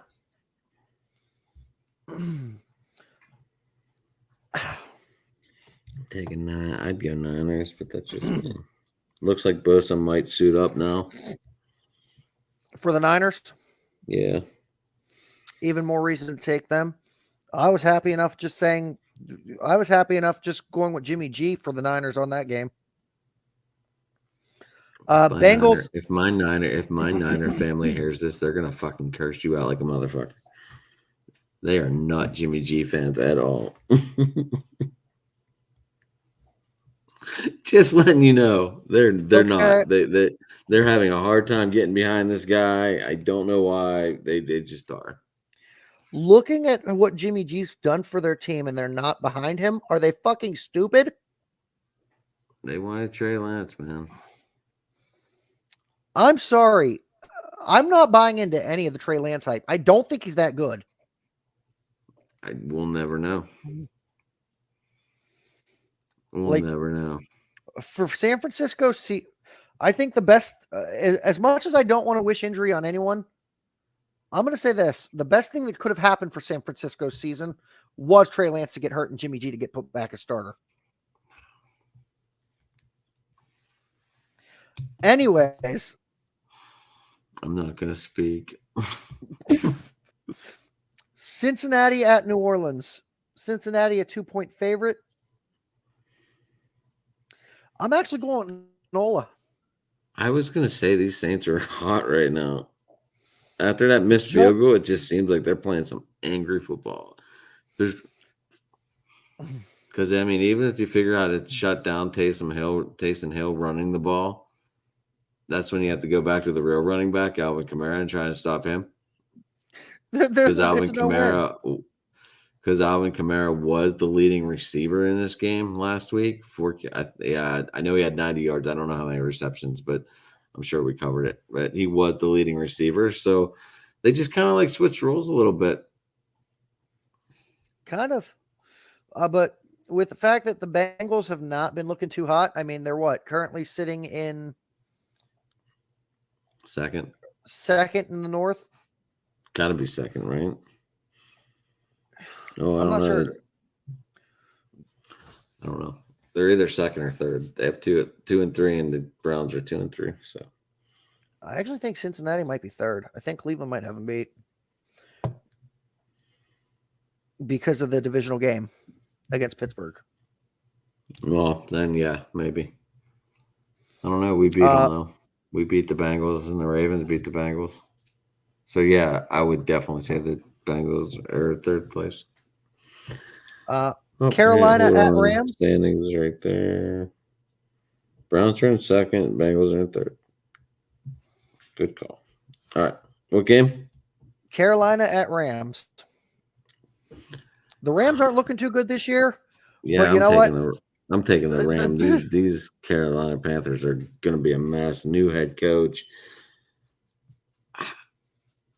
I mean, but sometimes you get behind a new head coach too. I mean, DJ Moore is either going to be looking to be getting traded or start playing some football. We will find out. But I'm taking the Rams. Cardinals at Seahawks. Cardinals are a 2.5-point favorite. However, I'm taking the Hawks because Geno Smith is proving to be the quarterback that Rex Ryan was hoping he would be. Just about 10 years too late. This Sunday night game is going to be fun to watch. We're not even at the Sunday night game yet. We're still in the 4:00 games. And this is the game of the week right here. The AFC Championship rematch. And I think this time we're going to get the result that we should have had last year. had it not been for the overtime rules. Buffalo is a 2.5-point favorite, and I think they're going to own up to it. I'm taking Buffalo. What's your thought? I like the Chiefs. Okay. Now the That's just my 425. Actually, there are two game to watches here, because you also got the 425 game, and it's the battle of the 5-0s. That's the 8:20 game. Yeah. Oh yeah, that is the 8:20 game. My bad.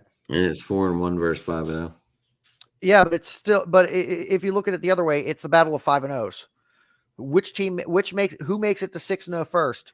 Which team's going to make it? Which scenario is going to make it to 6-0? Will it be the Cowboys Eagles? lost. What do you mean the Cowboys lost? The Cowboys are 4-1. They lost to Tampa.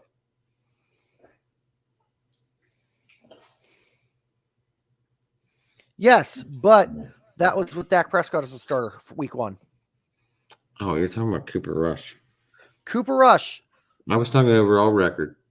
Oh no, I'm talking just the Cooper Rush as a starter is 5-0 for the season so far. The Philadelphia Eagles are 4-0.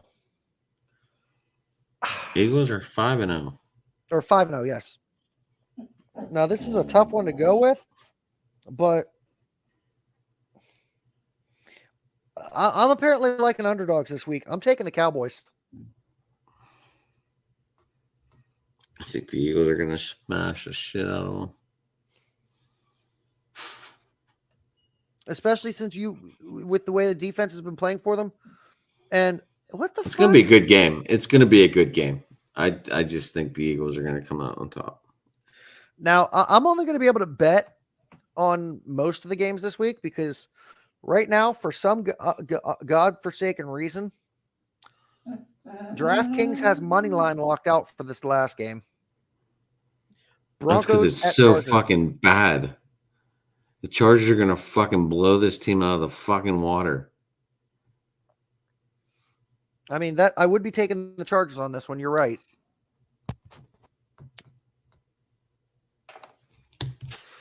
But, yeah.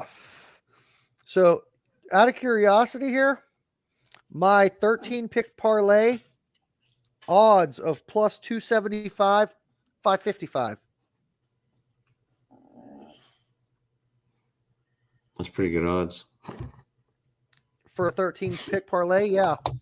Especially if it hits, what's that, 2,200? 27 grand. If it hits. If it hits. Lock it in, baby. I just did.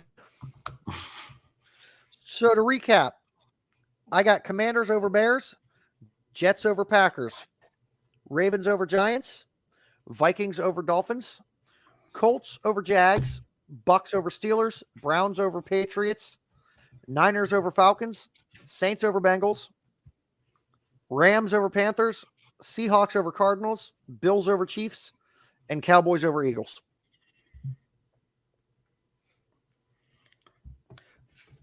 So, yeah. Win. Yeah, I could definitely do with 27 grand right now. And Adam's getting smoked in fucking hockey right now, 79-56. It's only the first actual day of the season, though. I understand technically it's the fourth day of the season, but it's the first day where there's actually a full schedule. You never want to lose. Doesn't matter. Now, I started the day down by 75. I mean, granted, this is the one matchup that goes on for a week and a half, so we still have a lot of hockey left, folks. I started my matchup, my day down by 75 points, and currently sit at a score of 121.15 to 108.95. I got to see the scoreboard. Oh, I think I did right with using my cheat sheet for draft day. All right. What else we got? But anyways, it's the as I said at the top of the show, it is the best. It is the happiest time of year. Hockey is back. What if I'm not mistaken, the 2 games in Prague, both games went to that was a split series, wasn't it? Couldn't touch shit. I'm looking back now. I thought they played one game. San Jose won 3-2 on Saturday, and 4-1 or Nashville 4-1 on. Oh, sorry, Nashville won 4-1 on Friday and 3-2 on Saturday. So Nashville already has 4 points for the year. Monday nights or Tuesday nights, there was a couple games. Wow. Atori Leikonen having a huge night for the Avalanche.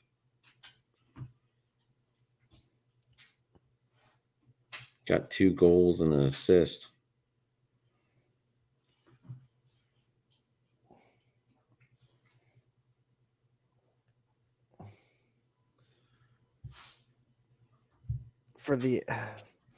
And nobody has him in our league.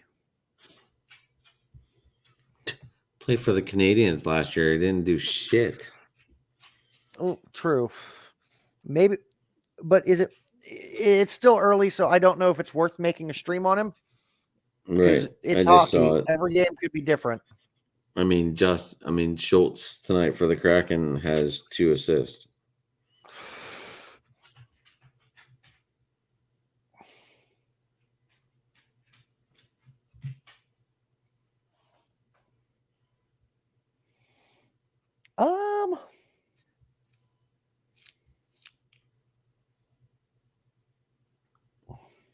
And whoever this Benars guy is has a goal and an assist as well. On the Kraken game? Yep. Now the newest addition, Ryan Strome, has a goal and an assist tonight for his Anaheim debut.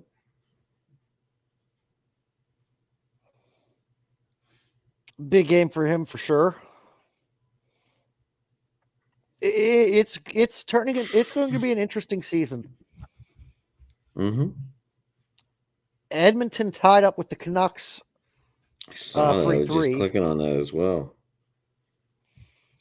So the preseason game that I was watching the night that I was on your show was actually a preview of this because they were playing the Canucks in that game as well. Yeah, Connor McDavid 1-1, Draisaitl 1 goal, 2 assists. Defensive scoring, Nurse. I'm definitely getting a lot of points. I've definitely gotten a lot of points out of this Vancouver game tonight already. JT Miller with 8.9. Luke Shen with 7.75. Bo Horvat with 5.15. And Evander Kane with 5.25. Miller with a goal and an assist. I saw that. Yeah, somehow this year with the draft, I ended up with both players that were involved in that blockbuster trade from last year. I was trying to get Miller, then you took him. And that's after you were already bitching because you saw I'd redrafted Kane earlier in the night. I was at work. I didn't see much of who drafted who. But Kane was a late pickup, was a midseason pickup for me off free agency. The right. blockbuster trade in our league last year that I was referring to was Adam traded me Tom Wilson for JT Miller. I can't stand Tom Wilson. No. I'm sorry. Thank God for me, yes, because Tom Wilson ended up definitely outscoring JT Miller on the season by like 250 points. I didn't care. I But know anyways, my homerism got the better end of me. I get it. I get it. I anyways, get it. Adam, thanks for coming on. Thanks for coming on tonight to help me go through week 5. Yes, It's definitely sir. the most in depth. It's definitely been the most in depth we've gone with the stats on it, which That's what a it breakdown might show explain why should we're be. sitting here. Which might explain why we're sitting here at 2 hours. Yeah, I saw that. It's now quarter after midnight. I don't know about you, but I got a long day ahead of me tomorrow because I got a lot of shit I got to accomplish before I got to go pick my sister up for the Pens game. So I'm Yeah, gonna let you it's go. always You want to give the funner. fans? It's always a better moment knowing you're going to the game, though. Yeah, but I also got to go to the courthouse tomorrow to go For see what? the Brooke County assessor to get the freaking figure out how much I owe on my personal property tax for my car, so I can get it registered. I gotta go to the DMV to get my address updated. I gotta You go to the can't do post that office to online get right my now? address forwarded. You can't do that I online don't right know. now? Yeah, you can do the I postal don't and you should be able to do the other thing online too. You should be able to log into update the my DMV. address. Yeah, you should be able to do both of Maybe them. I don't know. I don't know, but I also Instead of gotta going get my anywhere, you address just type forwarded it in with on the your post phone. office. I gotta get my You, address you updated with the post office, which you I want should to be go able to do it do there that. because yeah, but I don't want to pay for it. I don't think you had to pay for it. If you do it online, you got to pay $10 for it. Whereas if you go to the post office, fill out the paper, it should be free still. Right. Should be. Should be. If it ain't be, I'm gonna be pissed. Right? But anyways, I'm gonna go get off of here, pass out for a few hours. You want to give the fans a shout out of where they can catch you nowadays? Talking Since sports talking it. Also got Gina on the network. We got stuff going on. We got Gina, Tom, Andrew Cleveland for sports talking by the lake, and then we got Tom Corner Booth 617. Got Gina repping the Bay. Got me sports talking it. Got Ice Talk 101 going on now too. Yeah, driving. We're driving, Jeff. We're driving to the top, Jeff, buddy. Jeff. yeah, okay. I'll call you Jeff. It's late. You can still catch Adam here. Still linked with Running Force Productions for broadcasting purposes. We do have the Steel City Kings in talks to bring us back for the next season, as well as the Beaver County Indians, whose first game is November 5th. After we cut the broadcast, stay on for a minute because, yeah. Yeah. Anyways, I know nothing about it. Catch Adam on all those sources. You can follow me as seen on the screen at TJE Joker. That's TJEGEOCUR. Follow us at Mooncutters on Twitter. On Facebook, follow both pages for Running Force Productions and Mooncutter Sportscast. Follow the YouTube channel, please. The best way to help us start getting some money here to start giving you guys a better product and better shows. Follow, subscribe our YouTube channel, Running Force Productions. Otherwise, I will be seeing you guys next week for the week 6 episode of Mooncutter Sportscast, as well as finally, after it getting postponed for the second time, the debut of Wayward Guns Rewatch, where myself and my friend Kate will be doing a deep dive into the world of Supernatural. Kate more so breaking down the episodes, and me delving into the mythos of the creatures they encounter, as well as the use of classic rock as a storytelling device. Joffrey and Adams here on Mooncutter Sportscast, signing off.